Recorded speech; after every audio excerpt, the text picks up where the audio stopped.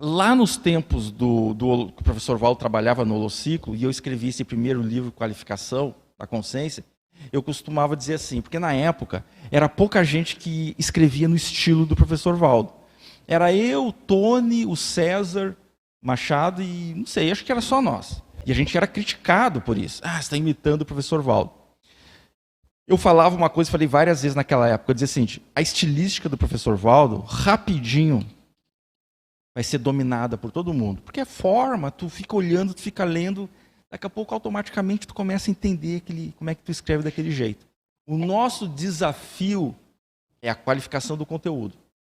Então eu acho que às vezes a gente se perde na forma, nos meios, nas ferramentas, e perde de vista um pouco a essência das coisas que a gente está fazendo. A qualificação do conteúdo. Que até a própria forma, né, proposta, a exemplo da técnica do apostilhamento, como a própria chapa verbetográfica, Estilo exaustivo. Essa estilística, ela traz em si um neoconteúdo estilístico. Não sei se a gente pode falar assim, né, mas o neoestilo que em si só, pelas propostas ou pela forma, né, Sim.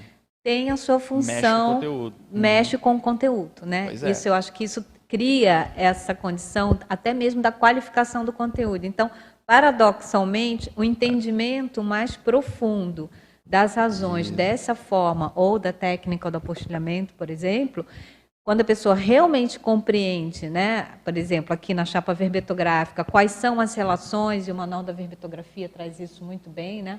O curso da verbetografia também traz isso muito bem. Quais são as relações, por exemplo, entre as sessões, né? O que uma sessão tem a outra?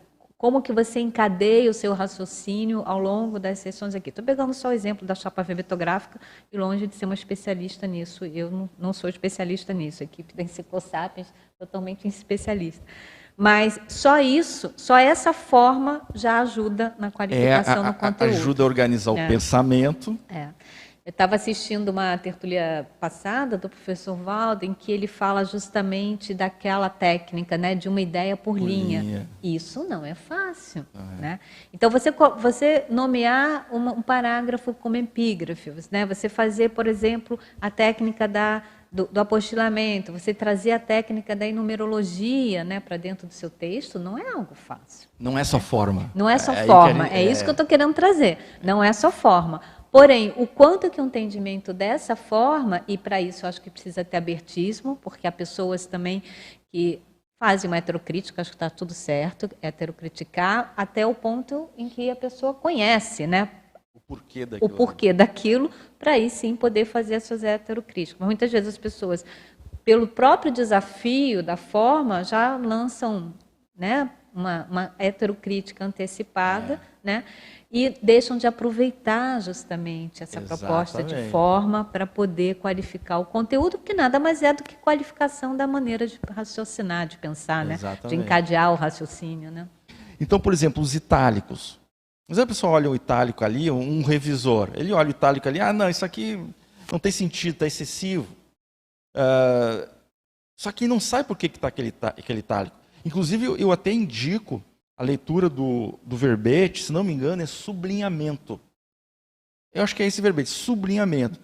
Que o professor Valdo disseca todos os tipos de grifos e a importância de usar o itálico para destacar palavras, indicar contrapontos, mostrar sentidos figurativos, expressões didáticas. Então, a gente tem que ter esse entendimento. Então, essa coisa de ficar só olhando para a forma, não, tem que ter a palavra, mas vamos aprofundar, né, o entendimento.